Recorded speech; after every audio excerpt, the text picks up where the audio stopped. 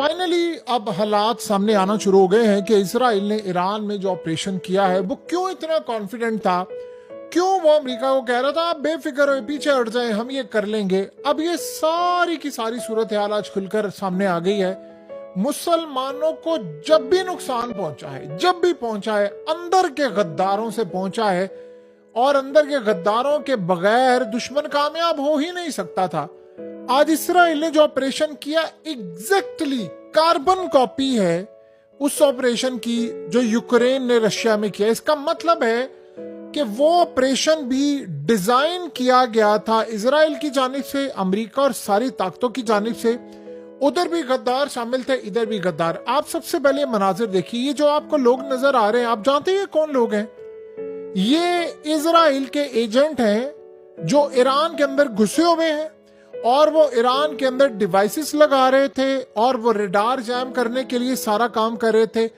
उन्होंने ड्रोन्स की साइट लगाई, यानी ऐसा ऑपरेशन कि ईरान के अंदर से ड्रोन्स उड़े हैं, ईरान के अंदर से जहां जहां उनके रडार्स थे उनके करीब जाकर डिवाइसेस लगी हैं, जिससे रडार सिस्टम सारे के सारे जैम हो गए, जिससे लॉन्चर्स जो थे उनको इनसाइड ईरान के अंदर से यानी ड्रोन्स मारकर, चीजें मारकर तबाह कर दिया गया। क्योंकि देखिए, आपने सबसे पहले काम क्या किया इसराइल ने, उन्होंने रडार जैम किए, अंदर से ड्रोन्स उड़ाए, जैसे स्मगल करके यूक्रेन ने ड्रोन से, इन्होंने भी स्मगल करके ड्रोन सारे का सारा अंदर ईरान से लगाए, और उसके बाद 200 इजरायली तैयारे उड़ते हैं और जाकर ऑपरेशन करके आते हैं ईरान के अंदर। ईरान की न्यूक्लियर फैसिलिटीज तबाह कर दी, ईरान का एयरपोर्ट तबाह कर दिया, चुन चुन कर ईरान का army chief, chief of staff, nuclear scientist, तमाम के तमाम लोगों को चुन चुन कर एक एक को हिट किया, और जहां जहां वो रहते थे, उनकी फैमिली मेंबर्स रहते थे, एग्जैक्टली वहां पर जाकर इन्होंने अटैक किया। और ये दुनिया की तारीख का सबसे भयानक ऑपरेशन था। देखिए, इस बात पर तो अरबाब भूल जाए ना कि किसने इसराइल की मदद की। इसराइल के तैयारे तकरीबन 2000 किलोमीटर का सफर तय करके आए हैं। किसने रिफ्यूलिंग करवाई, किसने अपनी एयर स्पेस इस्तेमाल करने दी, किसने अड्डों से उड़ाने दिया। अब ये बात बड़ी बेमायनी हो जाती है कि इस सारी सूरत हाल में क्या था क्या नहीं था। जाहिर सी बात है, मिले हुए तो था, लेकिन असल कहानी ये है जो ईरान को देखनी है, जो ईरान के लिए, अब देखिए खेल बिल्कुल दी एंड वाले मामला पर है। इतना खतरनाक मामला हुआ है जिसका हम अंदाजा भी नहीं लगा सकते। आप सोचे कि वो नेतन्याहू आता है, वो बेशरम इंसान आकर कहता है कि मैं ईरान को कह रहा हूं कि देखो हम कहां तक घुसे हुए हैं तुम्हारे मुल्क में, अगर तुमने अटैक किया हम पर तो फिर सोचो हम तुम्हारा पूरे के पूरी ऑयल फैसिलिटीज तबाह करके, तुम्हारी इकोनॉमी तबाह करके ईरान को बिल्कुल मलिया मेट कर देंगे। आप इमेजिन करें वो क्यों कह रहे हैं। आप सोचे कासिम सुलेमानी मारा गया, इनमें से किसी ने सजा नहीं दी किसी को। किसको पता था कासिम सुलेमानी वहां पर है? 4 या 5 बंदों को पता होगा, उन्हीं में से कोई एक गद्दार था। हसन नसरुल्लाह मारा गया, उसके सारे साथी चुन चुन कर मारे गए। जितने गद्दार ईरान के अंदर बैठे हुए हैं इस कायनात में कहीं भी नहीं है। ये पूरी की पूरी सारी गेम और सारी जंग जितनी मलिया मेट हुई है अभी तक, वो सारी की सारी ईरान के अंदर बैठे गद्दारों ने की है। आज आयतुल्लाह अली खामनाई हिट लिस्ट पर हैं, किसी भी वक्त इनको उड़ा दिया जाएगा।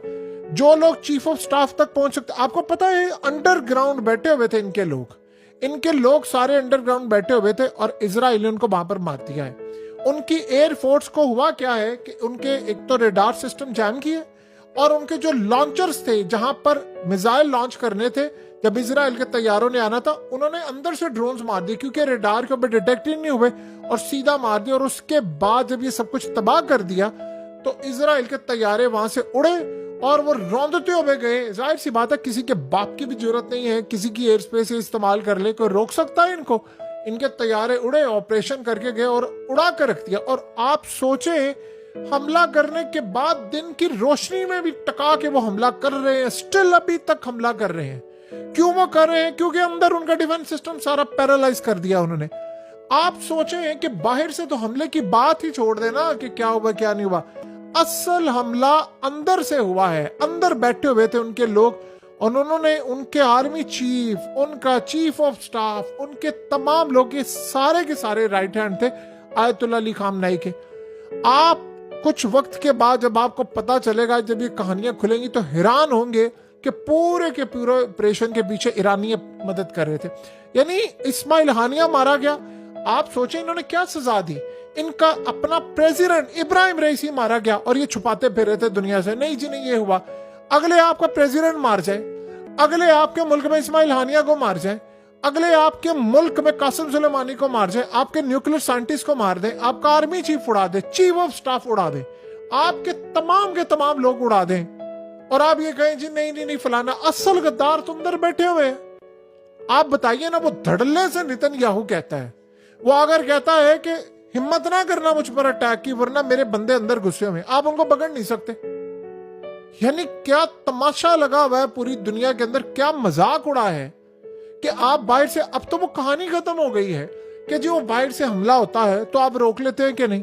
अंदर बैठे हुए आपके लोग जो मदद कर रहे हैं, हाँ जी आओ मारो, हम मारने के लिए तैयार हैं। सोचें इजराइल के एजेंट ईरानी पासपोर्ट रखकर अंदर बैठे हुए, पता ही नहीं है किसी को। यानी ये सूरत हाल है। आपको याद नहीं है वो महमूद अहमदी निजाद ने क्या बात की थी? उसने कहा था कि हमने एक सेल बनाया था, उस सेल का जो चीफ रखा था जिसने इजराइल के एजेंट्स को पकड़ना था, इजराइल के खिलाफ काम करना था, वो इतना बड़ा नेटवर्क हमने बनाया, वो काम करता। और कुछ साल बाद पता चला उसका जो हेड था, जिसे बनाया था, वही इजराइल का एजेंट था, वो तो मुसाद के लिए काम कर रहा था।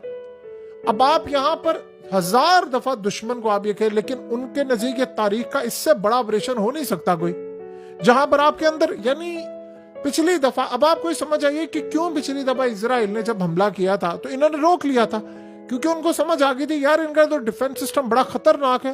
वो तो पिछली दफा कामयाब नहीं हुए, लेकिन इस दफा उन्होंने स्ट्रेटजी बदली, उन्होंने अंदर बंदे घुसाए, रेडार सिस्टम जैम किया अंदर। आप सोचे आर्मी चीफ की लोकेशन उनको पता है, उनको ये पता है 6 शहरों में उन्होंने हमले किए, एयरपोर्ट तबाह कर दिए, उनको पता है कहाँ न्यूक्लियर फैसिलिटीज है, अंडरग्राउंड में क्या है, कहां पर क्या है क्या नहीं है, कौन किस घर में रहता है। क्या ये सारे एक जगह थे? चुन चुन कर उन्होंने बिल्डिंग्स, एक अपार्टमेंट, एक बिल्डिंग, फलाना, हर जगह पर उन्होंने अटैक किए हैं। उनको पता था एक एक चीज की लोकेशन, कौन दे रहे थे इंफॉर्मेशन, ये सारी अंदर से बैठे हुए सारे बैठे थे। और ये सिक्योरिटी और फौज की मदद के बगैर क्या हो सकता था? सवाल ही पैदा नहीं होता। अंदर के जर्नैलों की मदद के बगैर ये काम हो सकता था? सवाल ही पैदा नहीं होता।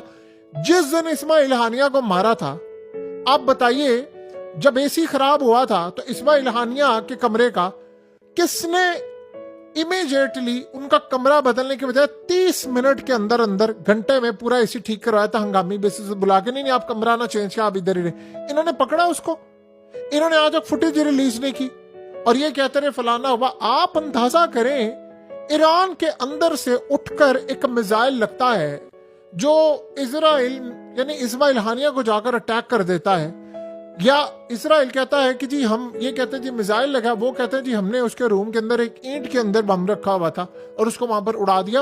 और वो, उनको पता था कि इस्माइल हानिया कहां पर आता है, कहां पर आकर रहता है। वो कह रहे थे कि हम तो उसी दिन उसको उड़ाने वाले थे जिस दिन इब्राहिम रईसी का जनाजा था। फिर हमने कहा नहीं, हम इंतजार करते जब प्रेसिडेंट हलफ उठाएगा उसी दिन उड़ाएंगे। तो वहां तक तो अगले गुस्से हुए, आपने क्या लड़ाई करनी है? आप कह रहे चाइना ने टेक्नोलॉजी आपको दी है, आप कहते हैं S-400 आपको दिया है। आपके अंदर बैठे हुए गद्दार हैं जो किसी सूरत आपको सुकून का सांस नहीं लेने दे। चुन चुन कर हमास के लोगों को मारा गया है, चुन चुन कर नेतन्याहू ने, आप सोचे, हिजबुल्लाह के लोगों को मारा, हसन नसरुल्लाह को मारा, उसके साथियों को मारा। उसको ये तक पता था कि आज यहाँ मीटिंग पे आने वाला है। कौन है ये अंदर बैठा हुआ? पूरे का पूरा नेटवर्क तो आपके अंदर बैठा हुआ है। आप बताइए ये कोई साइबर हमला था कि जी उन्होंने कॉल रिकॉर्ड पकड़ ली, फलाना पकड़ लिया? उनके लोग ईरान की फौज में हैं, उनके लोग ईरान में दनाते फिर रहे हैं, किसी का बाप कुछ नहीं कर सकता। क्या आपको लगता है वो आयतुल्लाह अली खामनेई को छोड़ेंगे? सवाल ही पैदा नहीं होता। आप वेट कीजिए, वो हिट करने जा रहे हैं, उनको नहीं छोड़ेंगे वो, क्योंकि उनको पता है कि हम कहां तक हमारी रसाई है। ये वो सूरत हाल है कि जिससे हमेशा मुसलमानों को नुकसान उठाना पड़ा है।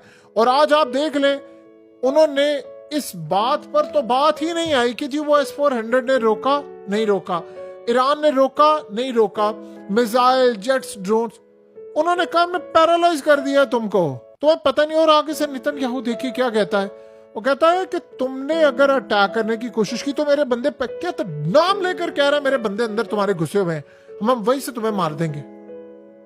आप बताइए कि यानी इस पर बंदा क्या कहे।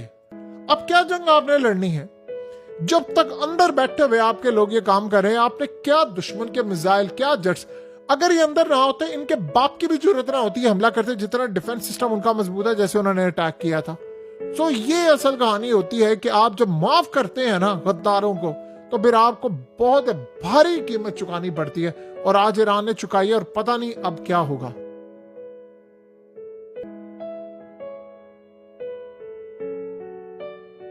हकीकत टीवी को सब्सक्राइब करना मत भूलें, वीडियो को लाइक करें, शेयर करें और कमेंट सेक्शन में अपनी राय का इजहार जरूर करें।